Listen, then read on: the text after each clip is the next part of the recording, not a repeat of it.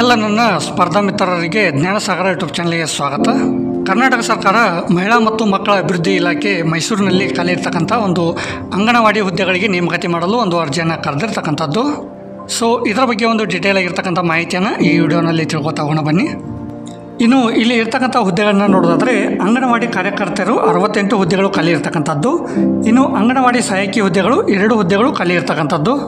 ಇಲ್ಲಿರ್ತಕ್ಕಂಥ ಒಟ್ಟು ಹುದ್ದೆಗಳನ್ನ ನೋಡೋದಾದರೆ 319 ಹುದ್ದೆಗಳು ಇರ್ತಕ್ಕಂಥದ್ದು. ಇನ್ನು ಯಾವ ಗ್ರಾಮ ಅಥವಾ ವಾರ್ಡ್ ಅಂಗನವಾಡಿ ಹುದ್ದೆಗಳಿಗೆ ನೇಮಕಾತಿ ಮಾಡಿಕೊಳ್ಳಲಾಗುತ್ತಿದೆ ಎಂಬುದನ್ನು ತಿಳಿಯಲು ಅಧಿಕೃತ ವೆಬ್ಸೈಟ್ಗೆ ಭೇಟಿ ನೀಡುವುದರ ಮೂಲಕ ಒಂದು ಗ್ರಾಮ ಅಥವಾ ವಾರ್ಡನ್ನು ಆಯ್ಕೆ ಮಾಡಿ ಮಾಹಿತಿಯನ್ನು ಪಡಿಬೋದಾಗಿರ್ತದೆ. ಸೊ ಇದರ ಒಂದು ಲಿಂಕನ್ನು ವಿಡಿಯೋನ ಕೆಳಗಡೆ ಡಿಸ್ಕ್ರಿಪ್ಷನ್ ಬಾಕ್ಸಲ್ಲಿ ಕೊಟ್ಟಿರ್ತೀನಿ. ಸೊ ಅಲ್ಲಿ ಹೋಗಿ ಚೆಕ್ ಮಾಡ್ಕೋಬೋದಾಗಿರ್ತದೆ.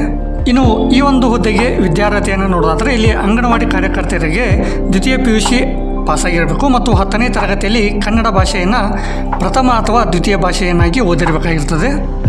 ಇನ್ನು ಅಂಗನವಾಡಿ ಸಹಾಯಕಿ ಹುದ್ದೆಗೆ 10ನೇ ತರಗತಿಯನ್ನು ಪಾಸಾಗಿರಬೇಕು. ಇಲ್ಲಿ ಒಂದು ಸೂಚನೆಯನ್ನು ಕೊಟ್ಟಿದ್ದಾರೆ. ಸೊ ಈ ನೇಮಕಾತಿಗೆ ಅರ್ಜಿ ಸಲ್ಲಿಸಲು ಮಹಿಳೆಯರೇ ಆಗಿರಬೇಕು ಮತ್ತು ಖಾಲಿ ಇರುವ ಹುದ್ದೆಯ ಅಂಗನವಾಡಿ ಕೇಂದ್ರದ ಕಂದಾಯ ಗ್ರಾಮದಲ್ಲಿ ವಾಸ್ತವ್ಯ ಹೊಂದಿರಬೇಕು ಅಥವಾ ಸ್ಥಳೀಯರಾಗಿರಬೇಕು ಅಂತ ಹೇಳ್ತಾರೆ. ಸೊ ಇದರ ಒಂದು ನೋಟಿಫಿಕೇಶನ್ ಲಿಂಕನ್ನು ವಿಡಿಯೋನ ಕೆಳಗಡೆ ಡಿಸ್ಕ್ರಿಪ್ಷನ್ ಬಾಕ್ಸಲ್ಲಿ ಕೊಟ್ಟಿರ್ತೀನಿ. ಸೊ ಅಲ್ಲಿ ಹೋಗಿ ಕರೆಕ್ಟಾಗಿ ಒಂದ್ಸಲ ಓದ್ಕೊಂಡ್ಬಿಟ್ಟು ಆಮೇಲೆ ಅಪ್ಲಿಕೇಶನ್ಗಳನ್ನು ಹಾಕ್ಕೊಳ್ಳಿ.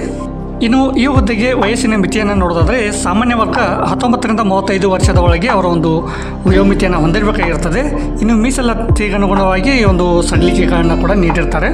ಇನ್ನು ಈ ಒಂದು ಹುದ್ದೆಗಳಿಗೆ ಅರ್ಜಿ ಶುಲ್ಕವನ್ನು ನೋಡೋದಾದರೆ ಇಲ್ಲಿ ಶುಲ್ಕ ವಿನಾಯಿತಿಯನ್ನು ನೀಡಲಾಗಿರ್ತದೆ. ಅಂದರೆ ಯಾವುದೇ ರೀತಿಯಾಗಿರ್ತಕ್ಕಂಥ ಅರ್ಜಿ ಶುಲ್ಕ ಇರೋದಿಲ್ಲ.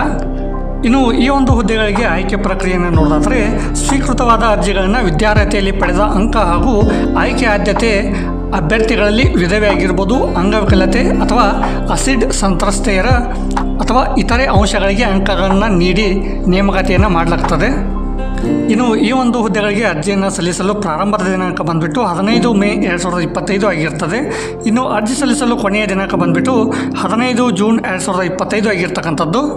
ಇನ್ನು ಯಾರು ಅಪ್ಲಿಕೇಶನನ್ನು ಹಾಕ್ಕೊಂಡಿಲ್ವೋ ಅವರು ಬೇಗ ಅಪ್ಲಿಕೇಶನನ್ನು ಹಾಕೊಳ್ಳಿ ಅಂತ ಹೇಳ್ತಾ ಇದರ ಒಂದು ನೋಟಿಫಿಕೇಶನ್ ಲಿಂಕನ್ನು ವಿಡಿಯೋನ ಕೆಳಗಡೆ ಡಿಸ್ಕ್ರಿಪ್ಷನ್ ಬಾಕ್ಸಲ್ಲಿ ಕೊಟ್ಟಿರ್ತೀನಿ. ಸೊ ಅಲ್ಲಿ ಹೋಗಿ ಡೌನ್ಲೋಡ್ ಮಾಡ್ಕೊಂಡ್ಬಿಟ್ಟು ಒಂದ್ಸಲ ಕರೆಕ್ಟಾಗಿ ನೋಡ್ಕೊಂಡ್ಬಿಟ್ಟು ಆಮೇಲೆ ಅಪ್ಲಿಕೇಶನನ್ನು ಹಾಕೊಳ್ಳಿ ಅಂತ ಹೇಳ್ತಾ ಇದೇ ರೀತಿಯಾಗಿರ್ತಕ್ಕಂಥ ಮೋರ್ ಇನ್ಫಾರ್ಮೇಟಿವ್ ವಿಡಿಯೋಸ್ಗಳಿಗಾಗಿ ನಮ್ಮ ಚಾನಲನ್ನು ಸಬ್ಸ್ಕ್ರೈಬ್ ಮಾಡ್ಕೊಳ್ಳಿ ಮತ್ತು ಬೆಲ್ ಬಟನ್ ಒತ್ತೋ ಮೂಲಕ ನೋಟಿಫೈ ಅಂತ ಹೇಳ್ತಾ ಇಲ್ಲಿಗೆ ಈ ವಿಡಿಯೋನ ಮುಗಿಸ್ತಾ ಇದ್ದೀನಿ. ಧನ್ಯವಾದಗಳೊಂದಿಗೆ ಜೈ ಹಿಂದ್, ಜೈ ಕರ್ನಾಟಕ.